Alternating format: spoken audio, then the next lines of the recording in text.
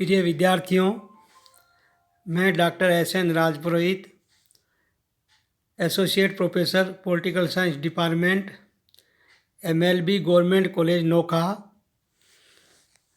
आज हम BA part प्रथम के लिए राजनीति विज्ञान विषय में प्रथम प्रश्न पत्र राजनीति विज्ञान के मूल आधार में, जैसा कि पिछले लेसन में हम सभी पॉलिटिकल साइंस के विद्यार्थियों को राजनीति विज्ञान विषय की परिभाषा और विषय क्षेत्र परंपरागत एवं आधुनिक दृष्टिकोण के अनुसार आप सभी विद्यार्थियों को ऑनलाइन वीडियो के माध्यम से जानकारी प्रदान की।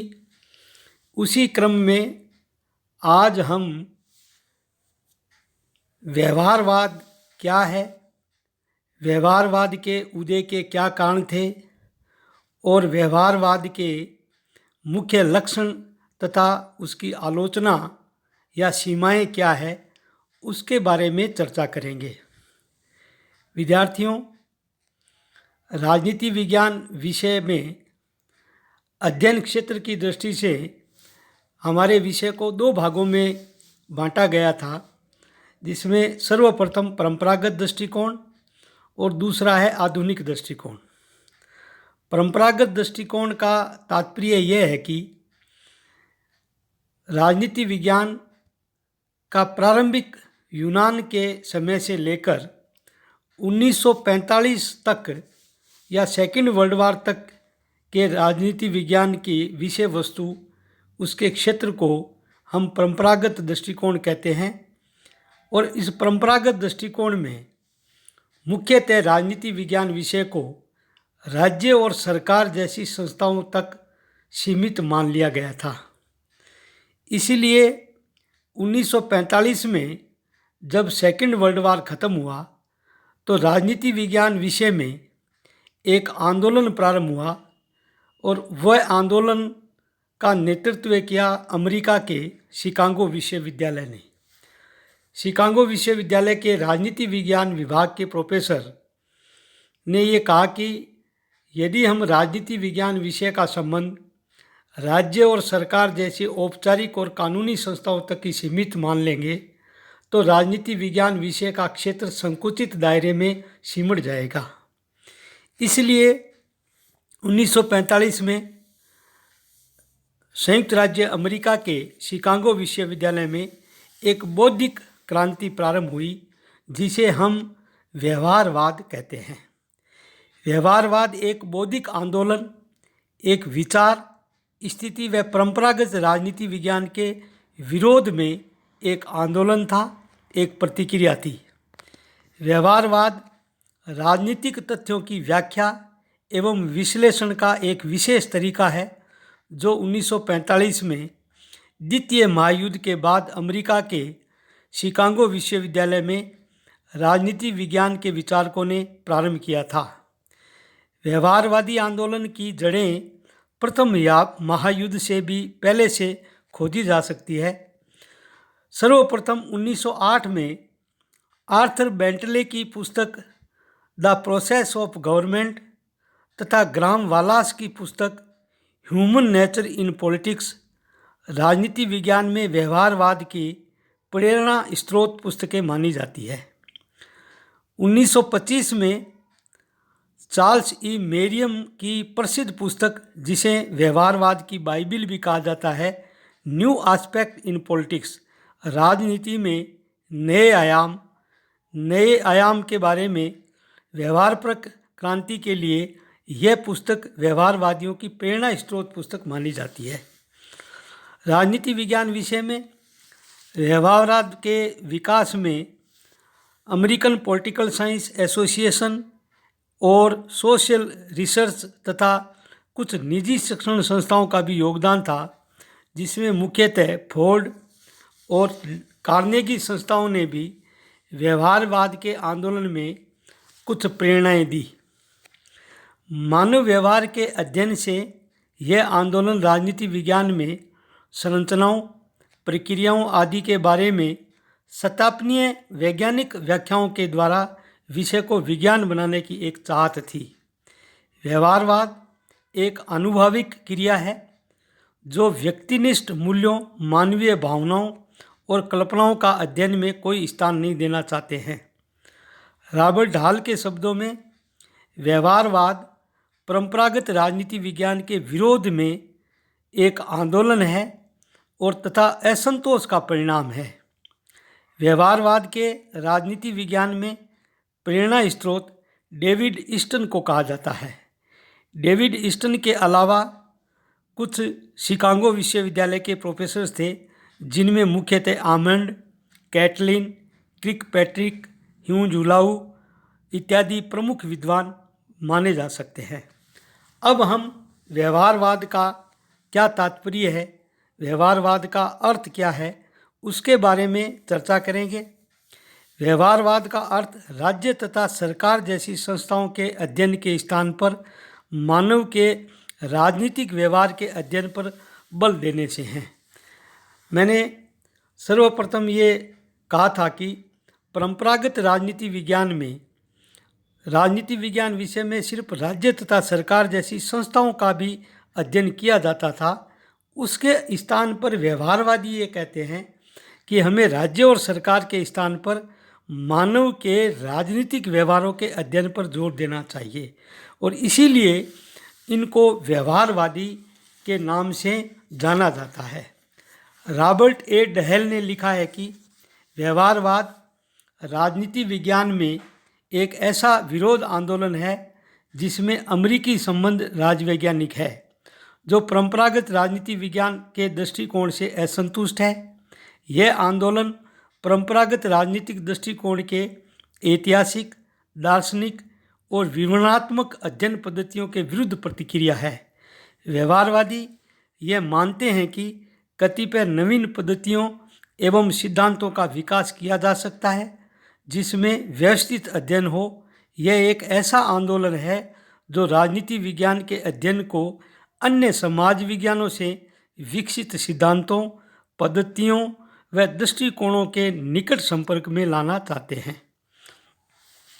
व्यवहारवाद राजनीतिक संदर्भों में व्यक्ति के समूहों का अध्ययन है। डेविड ईस्टन के अनुसार ईस्टन ने व्यवहारवाद को एक बौद्धिक आंदोलन का नाम दिया है जिसमें मानव के व्यवहार का पर्यवेक्षण, मापना तथा सत्यापन किया जाता है। व्यवहारवाद में निम्नलिखित मान्यताएं हैं जिनके अध्ययन से अच्छी तरह यह अर्थ स्पष्ट हो जाता है कि व्यवहारवाद क्या है। व्यवहारवाद के क्रिकपैट्रिक ने 5 मुख्य लक्षण बताए हैं जो इस प्रकार है। व्यवहारवादी संस्थाओं के अध्ययन के स्थान पर विश्लेषण की इकाई व्यक्ति के राजनीतिक व्यवहार के अध्ययन पर जोर देते हैं। राजनीति विज्ञान का व्यवहारवादी अन्य समाज विज्ञानों की तरह एक व्यवहारवादी विज्ञान है, इसलिए राजनीति विज्ञान को अन्य समाज विज्ञानों से घनिष्ठ संबंध स्थापित करना चाहते हैं। तीसरा बिंदु है तथ्यों के विश्लेषण हेतु शुद्ध प्रविधियों के विकास पर ये बल देते हैं, जैसे statistical method, quantitative method, observation इत्यादि पर जोर देना है। व्यवहारवाद का उद्देश्य राजनीति के अध्ययन को वैज्ञानिक एवं व्यवस्थित आनुभविक विज्ञान बनाना है। व्यक्ति के व्यवहार की सूक्ष्म इकाई के अध्ययन पर भी व्यवहारवादी जोर देते हैं। इस प्रकार संक्षेप में ये कहा जा सकता है कि व्यवहारवादी परंपरागत राजनीति विज्ञान के विरोध में एक आंदोलन है जो परंपरागत राजनीति विज्ञान की परिभाषा, विषय क्षेत्र और उसकी अध्ययन पद्धतियों से असंतुष्ट है और इस असंतुष्टता का परिणाम ये हुआ कि 1945 में राजनीति विज्ञान में व्यवहारवाद का आंदोलन प्रारंभ हो गया। अब हम व्यवहारवाद के उदय के क्या कारण थे या व्यवहारवादी क्रांति क्यों हुई उसके बारे में चर्चा करेंगे। व्यवहारवादी दृष्टिकोण का जन्म एक ऐसे वैज्ञानिक आंदोलन के रूप में हुआ है जिसका उद्देश्य एशिया, अफ्रीका एवं लैटिन अमेरिकी देशों की नवोदित चुनौतियों एवं प्रतिक्रियाओं के अध्ययन में परंपरागत दृष्टिकोण के निष्कर्ष पर्याप्त नहीं थे। इसलिए 1945 के बाद विश्व के सामने सबसे बड़ी चुनौती ये थी कि एशिया, अफ्रीका और लैटिन अमेरिकी देशों की शासन व्यवस्था कैसी है, इन देशों में लोकतांत्रिक शासन व्यवस्थाएं किस प्रकार फलीभूत हो रही है, उसके बारे में अध्ययन करना था। दूसरा जो कारण था, अन्य समाज विज्ञानों से प्रेरणा। व्यवहारवाद के उदय का कारण यह भी था कि अन्य समाज विज्ञानों के क्षेत्र में परिवर्तन हो रहे थे। इतिहास एवं भूगोल जैसे विषयों में भी वैज्ञानिक पद्धतियों से नया मोड़ प्रदान किया गया था, और वो भी साइंटिफिक मेथड को हिस्ट्री जैसे विषय में, ज्योग्राफी जैसे विषय में अध्ययन पद्धतियों में प्रयोग कर रहे थे। और अन्य समाजशास्त्रियों ने भी राजनीति विज्ञान के विद्वानों को नए सिद्धांतों, पद्धतियों एवं अनुभव से प्रेरणा दी, जैसे आर्थर बेंटले, ग्राम वालास, चार्ल्स ई मेरियम, हेक्टर कोलमैन इत्यादि ऐसे विद्वान थे जो समाजशास्त्री थे, मनोवैज्ञानिक थे, और उन्होंने राजनीति विज्ञान में शिकागो विश्वविद्यालय के विद्वानों को ये प्रेरणा दी कि भी राजनीति विज्ञान विषय में भी कुछ आमूलचूल परिवर्तन होने चाहिए। मिस रोजमैन के अनुसार राजनीति विज्ञान में व्यवहारवादी आंदोलन का एक भाग मात्र था। यह आंदोलन बहुत समय पहले से ही सामाजिक विज्ञानों में चल रहा था। नई पद्धतियों के प्रयोग पर बल। द्वितीय विश्व युद्ध के बाद परंपरागत राजनीति विज्ञान में एक नए और वैज्ञानिक राजनीति विज्ञान की स्थापना हो रही थी, और व्यवहारवादी विकास के कारण अनेक परिस्थितियां उत्तरदायी थी, जो निम्नानुसार है। परंपरागत अध्ययन पद्धतियों के प्रति अविश्वास। व्यवहारवादी आंदोलन परंपरागत राजनीतिक दृष्टिकोण के असंतोष का परिणाम था। राजनीति विज्ञान में निरंतर विकास एवं लोकप्रियता के बाद भी विषय की अध्ययन पद्धति वर्णनात्मक शैली पर आधारित थी। राजनीति विज्ञान में परंपरागत विद्वान दार्शनिक, संस्थात्मक, औपचारिक एवं ऐतिहासिक अध्ययन पद्धतियों का ही प्रयोग कर रहे थे, जबकि अन्य समाज विज्ञानों में राजनीति विज्ञान को पिछड़ा हुआ देखकर व्यवहारवादियों ने नवीन अध्ययन पद्धतियों के प्रयोग पर बल दिया। इस प्रकार हम ये कह सकते हैं कि व्यवहारवाद के आंदोलन में प्रमुखतः द्वितीय विश्व युद्ध का प्रभाव पड़ा, और अन्य समाज विज्ञान जैसे कि समाजशास्त्र, मनोविज्ञान जैसे विषयों ने भी राजनीति विज्ञान में इस व्यवहारवादी आंदोलन को प्रेरणा दी, और इन समाज वैज्ञानिकों और मनोवैज्ञानिकों से प्रेरणा लेकर 1945 में शिकागो विश्वविद्यालय में डेविड ईस्टन के नेतृत्व में राजनीति विज्ञान विषय में भी ये व्यवहारवादी आंदोलन प्रारंभ हो गया। आज इतना ही लेसन समाप्त किया जाता है।